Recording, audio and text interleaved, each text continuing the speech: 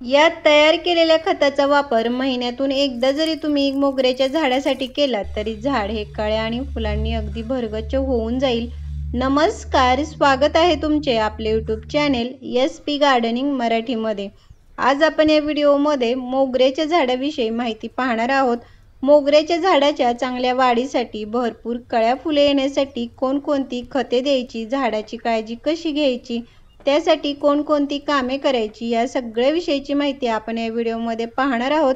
तर त्यासाठी व्हिडिओ कुठेही स्किप न करता शेवटपर्यंत नक्की पहा आणि जर तुम्ही आपल्या चॅनेलवरती नवीन असाल तर व्हिडिओला लाईक आणि चॅनेलला सबस्क्राईब करायला मात्र अजिबात विसरू नका।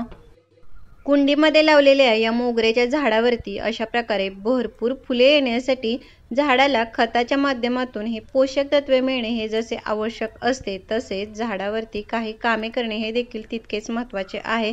त्यातील सगळ्यात महत्त्वाचे करायचे काम ते म्हणजे या झाडाची छाटणी करावी। मोगऱ्याच्या झाडाची छाटणी केल्यामुळे झाडावरती खूप सारे नवीन फुटवे येऊन नवीन फांद्या तयार होतात आणि झाडावरती या नवीन फांद्यावरतीच ही फुले येतात। त्यामुळे झाडाची वेळोवेळी ही छाटणी करावी। मोगऱ्याच्या झाडाची छाटणी कशी करावी, छाटणी केल्यानंतर कोणते खत द्यावे, याविषयीचा व्हिडिओ आपल्या चॅनेलवरती मी टाकलेला आहे, तो तुम्ही नक्की पहा, त्याचा तुम्हाला चांगला असा फायदा होईल। छाटणी केल्यानंतर काही दिवसामध्येच अशा प्रकारे फुटवे यायला ही सुरुवात होते आणि फुटवे आल्यानंतर अशा प्रकारे भरपूर जेव्हा फांद्या तयार होतात आणि या झाडाला कळे यायला सुरुवात होत असते, तेव्हा मात्र या झाडाला जास्ती पोषक तत्वाची ही गरज असते। म्हणजे नायट्रोजन, पोटॅशियम, फॉस्फरस यासारखे जे घटक आहेत कळ्या किंवा फुले तयार करण्यासाठी हे जास्त प्रमाणामध्ये मिळणे हे आवश्यक असते। हे घटक योग्य प्रमाणामध्ये मिळाले तरच आपले झाड हे चांगले वाढेल आणि कळ्या आणि फुले देखील ही भरपूर लागण्यासाठी ही मदत होईल। तर या मोगऱ्याच्या झाडावरती भरपूर कळ्या फुले येण्यासाठी आज आपण जे खत तयार करणार आहोत त्यासाठी मी या ठिकाणी 2 वस्तूंचा वापर केलेला आहे, ते म्हणजे केळी व गूळ।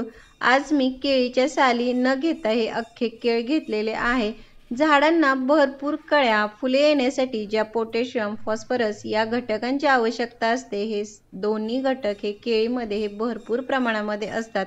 त्यामुळे झाडांना फुले येण्यासाठी केळीचा, गराचा, सालींचा वापर हा जरूर करावा। त्यानंतर ही जी दुसरी वस्तू घेतलेली आहे ती म्हणजे गूळ आहे। झाडांना सर्व प्रकारची खते देऊन देखील झाडांची वाढ ही चांगली होत नाही, कारण झाडामध्ये ही सूक्ष्म पोषक तत्वांची कमी असते आणि जर आपण गुळाचा वापर झाडांसाठी केला तर मातीमध्ये ही सूक्ष्म पोषक तत्वे तयार करण्याचे काम हे गूळ करत असतो। त्यामुळे गुळाचा वापर देखील हा झाडांसाठी जरूर करावा। हे खत तयार करण्यासाठी जे केळीच्या गर आणि जे गूळ आहे ते समप्रमाणामध्ये घेऊन हाताच्या साहाय्याने किंवा मिक्सरमध्ये अशा प्रकारे बारीक करून हे खत आपल्याला तयार करायचे आहे।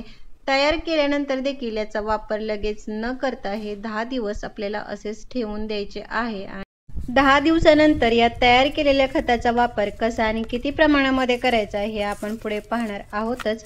मोगऱ्याच्या झाडाच्या चांगल्या वाढीसाठी झाडाच्या या कुंडीतील माती ही भुसभुशीत असणे हे देखील तितकेच महत्त्वाचे आहे, कारण माती जर भुसभुशीत असेल तरच या झाडाची वाढ ही चांगली होते आणि फुले देखील ही भरपूर लागतात। त्यामुळे या झाडाच्या कुंडीतील जी माती आहे ती अधूनमधून हलवून थोडी मोकळी करावी, त्यामुळे माती ही भुसभुशीत होईल आणि आपले झाड देखील ही चांगले वाढेल।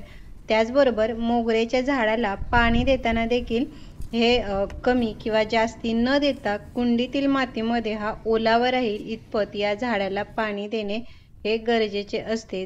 कुंडीतील माती ही कोरडी ही होऊ देऊ नये, त्यामुळे झाड हे चांगले वाढणार नाही। 10 दिवसानंतर अशा प्रकारे केळीचा गर आणि गुळापासून तयार केलेले खत हे तयार होईल।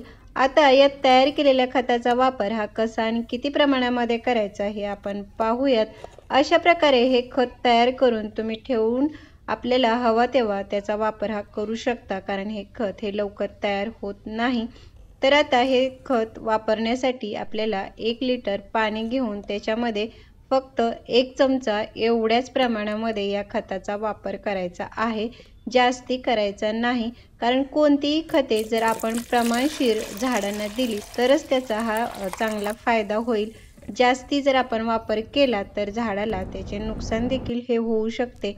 तर अशा प्रकारे 1 लिटर पाण्यामध्ये हा 1 चमचा एवढे खत घेऊन ते व्यवस्थित मिक्स करून नंतर आपल्याला या मोगऱ्याच्या झाडाला हे द्यायचे आहे। हे खत देण्यापूर्वी कुंडीतील माती ही थोडी हलवून मोकळी करायची आणि नंतर हे खत द्यायचे। असे केल्यामुळे मातीमध्ये हे खत व्यवस्थित मिक्स होईल आणि झाडांच्या मुळापर्यंत व्यवस्थित पोहोचले जाईल।